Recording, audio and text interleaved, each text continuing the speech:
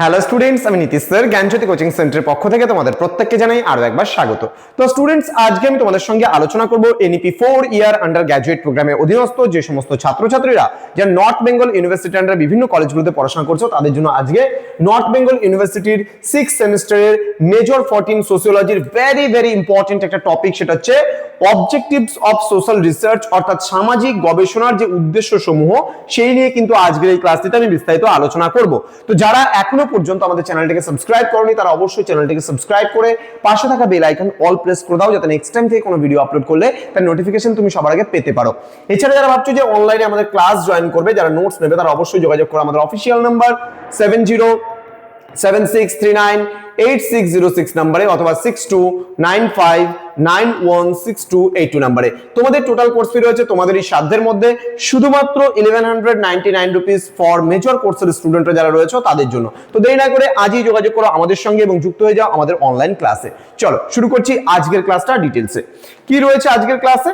আজকের ক্লাসে সামাজিক গবেষণার উদ্দেশ্য সমূহ সম্পর্কে আমি আলোচনা করব।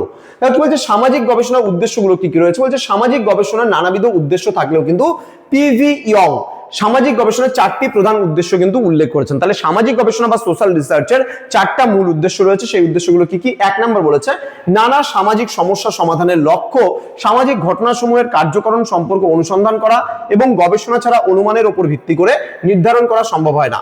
তবে এক্ষেত্রে কোথাও উল্লেখ করা প্রয়োজন, মানে একথাও উল্লেখ করা প্রয়োজন যে সমস্ত সামাজিক গবেষণার উদ্দেশ্যই যে কোনো সামাজিক সমস্যার তাৎক্ষণিক সমাধান নির্দেশ করা তা কিন্তু নয়। ঠিক আছে, নেক্সট বলছে সামাজিক গবেষণার অন্যতম উদ্দেশ্য নতুন তত্ত্ব, ধারণা এবং কৌশল কিন্তু নির্ধারণ করা।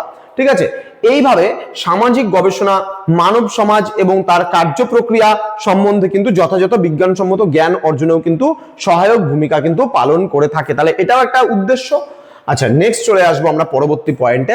পরবর্তী পয়েন্টে কি বলছে?